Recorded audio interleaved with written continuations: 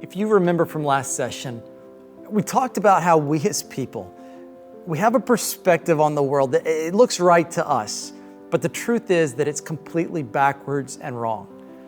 I mean, the world, I think we can all agree that the world is upside down. I mean, we see it all around us in the things that are happening. And because you and I are so used to looking at things this way, whenever Jesus comes along and begins describing for us what life is really supposed to look like, when it's turned right side up, the picture he paints for us honestly sounds bizarre and a little bit crazy.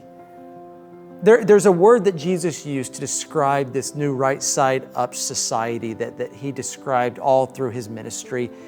He referred to it as his kingdom. And he said that life in the kingdom of God, it revolves around the mentalities of selflessness and service and submission. In fact, as we looked at Colossians 3 last time, we saw that living in the reality of Jesus' kingdom, it involves completely reorienting our eyes and our thoughts and our desires on really everything, from the way that we see things like sex and stuff to the way that we respond to and use our emotions and our words. Jesus, he has called each of us to join him in this right side up reality. But if I'm honest with you, there are moments where I read about and I look at the life that Jesus calls me to, and my first thought that pops into my head is, if I live that way, I'm gonna miss out on something. Can you relate to this? Have you ever thought this? For example, if I respond with forgiveness instead of the anger I'm feeling, then I'm gonna miss out on the opportunity for payback. If I use my words to build others up instead of building up my own status, I might not be seen as funny or as witty. I might not be as popular as I could be.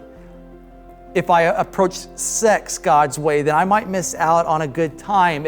If I live life completely free from deception, it might tarnish my image. Or if I live selflessly, it might keep me from getting ahead in life. I mean, are these not the thoughts that run through our minds on a daily basis as we're approached with living the world's way or living God's way? And there is a lie that we as humans continually battle with that says that this world actually has something to offer us and that we might miss out on something great by following Jesus. But here's the truth. This is the truth of the gospel and the message of Jesus. It's choosing to live life apart from the reality of him will cause us to miss out on life. It's only by living in the true reality that Jesus revealed that you and I will understand and experience what it means to really live. And so last session, if you remember, we were presented with a question: which reality are you and I going to choose to live in? Will we continue to maintain a loyalty to this upside down perspective of life that we all have in this world, or will we live in the new right side up reality that Jesus has made known to us and given us access to? And each of those choices, they lead somewhere. And that's actually what we're going to talk about this week. We're going to walk each of these choices out to their final outcomes. And in order to do this, we need to jump back into Colossians 3. And so if you remember Colossians 3, it starts with, so if you have been raised with the Messiah, seek what is above, where the Messiah is seated at the right hand of God. Set your minds on what is above, not on what is on the earth, for you have died. And then I want you to catch this part. We're going to talk about this today. You have died, and your life is hidden with the Messiah in God. When the Messiah, who is your life, is revealed, then you will also be revealed with him in glory. And so I just want to ask the question, because again, a lot of what we're going to talk about revolves around this. It's, what does it mean to be hidden with Jesus? What does it mean that we will be revealed with him in glory? And I feel like just in reading this and seeing the context of it, the idea of hidden here, it implies unseen and unrealized potential. There's a divide here between what appearances and reality. I think of it like this. It's the difference between a block of marble and a sculpture. There's a quote from Michelangelo that I absolutely love. It says, in describing one of his cultures, he made the comment, I saw the angel in the marble and I carved until I set him free. I mean, think about it. To the ignorant outsider of his day, they would walk up on this piece of marble and that's all they saw, a hunk of marble. But Michelangelo, he saw the finished product up here. The reality was already in existence because it was already established in his mind. It was just a matter of time and some chiseling before the magnificence of the masterpiece was evident to all. Did you know that you and I are described as God's works of art? Ephesians 2:10, it says, for we are God's workmanship. Some translations say masterpieces, created in Christ Jesus for good works, which God has prepared beforehand that we should walk in them. You and I are blocks of marble with indescribable potential. And as followers of Jesus, the only real difference that separates us from the rest of the world, it can be boiled down to really one thing. We've given Jesus the chisel of our lives. We've invited him to go to work on us. That's the big difference. And because of this, we're works in progress. The splendor of what we will one day be, it's hidden right now because Jesus, he's still chiseling away at everything that's keeping us from looking like him. However, just because Jesus is not finished working on us doesn't mean that we are not complete. I want to make sure that we don't miss that. You see, if we are in Jesus, we're complete because Jesus knows completely who we're going to be. There's no haziness. There's no question in his mind about who we are or how we're going to turn out. And he sees the finished product. And because of this, we are complete in him. And he calls us to live that way. The message of Jesus as he was calling people to him was, to stop seeing yourselves like the world sees you. Start viewing your lives through the eyes of God. Stop thinking of yourself as a block of marble and start living like the masterpiece that you are. And that's what Paul's telling us here.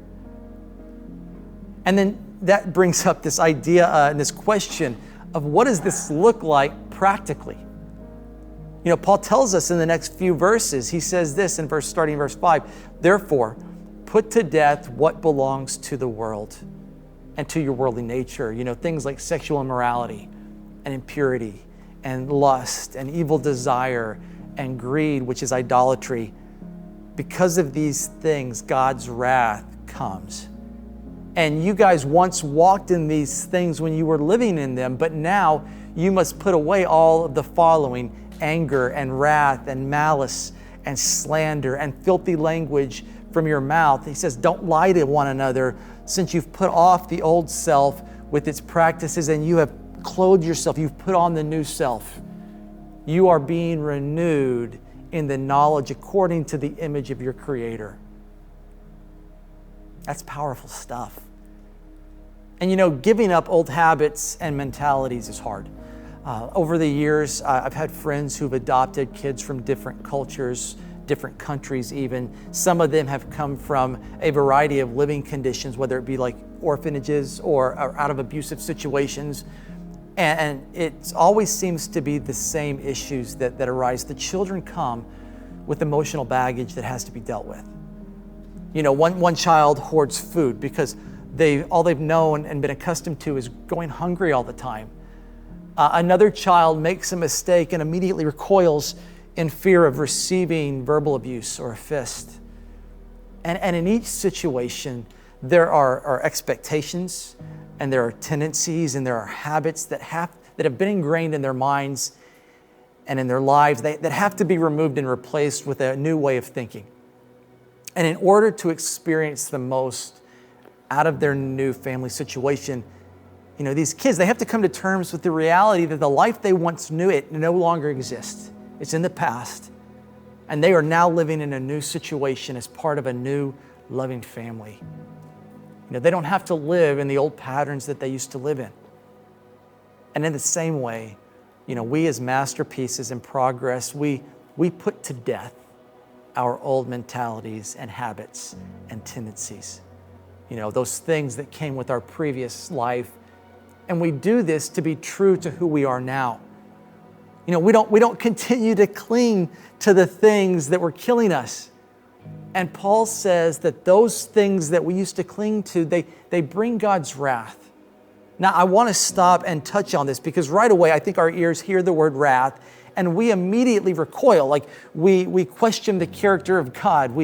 I hear people all the time, how can a loving God be wrathful? And we as humans, we equate wrath with rage and revenge. And we think, how can God love people and still have wrath? And, he must be this up in heaven, this being that's just angry all the time, just waiting to smite people and strike them with lightning bolts when they do something wrong. Can I tell you that this picture of God couldn't be further from the truth? The wrath of God is so much different than how we often think about it. Probably the most in-depth picture we give and description we have of God's wrath is in Romans 1. And in there, Paul describes God's wrath in detail. 3 times in the passage, he describes God's wrath as God giving people over to their misguided thinking. So in other words, God's wrath, it's not something that he specifically does to us, at least not in the way that we often think. Instead, God's wrath, it involves what he allows us to do to ourselves. As people, we've been conditioned to view our misbehavior as the reason we receive punishment. I mean, it's why we have sayings like, it's not wrong if you don't get caught. In other words, what we're saying is, don't worry about the disobedience. All you need to worry about is the consequences. But catch what Paul says in Romans 1. Paul says that our sin and our upside down worldly way of thinking, those things, they are not just the reason we are punished. Those are the punishment. Those things are the consequences. It's like the drug addict who starts out taking drugs for pleasure, but then becomes addicted. And the substances completely take over the individual and consume them to the point where, both inside and out, they become completely unrecognizable. It's hard to see and to watch. It's so painful if you've known anybody that's gone through that. The substances are not just the reason the addicted individual suffers. They are the source of the suffering. They are what is robbing the person of their life and their identity. And the picture of God's wrath, it's not him zapping people for their misbehavior. Instead, it's Jesus pleading with people to give him the chisel so that he can sculpt them into his image and give them life. But then Jesus being continually rejected over and over, and people refusing to let go of the chisel. Wrath means that at some point, Jesus is going to stop pleading and he's going to give people what they want. He's going to allow them to fully have the very things that they are unwilling to let go of, to the point where those things will ravage that individual and steal away their humanity. So here's where we're at. You and I, we're either going to be molded and remade into the image of God, or we will allow ourselves to be continually shaped into something that does not resemble him at all. Those are the options. And with that, we come full circle back to our original question, and it's, which reality are you going to put your trust in to find life? Who are you going to trust with the chisel? Are you going to allow this world to shape your perspective, your heart, your identity? Or will you entrust these things to Jesus? Will you set your mind on things above, seek the things of his kingdom? The choice is ours, but I can tell you this, based on what I know of this world and what I've seen from it and what I know about Jesus, I'm going to seek life by rooting myself completely in him.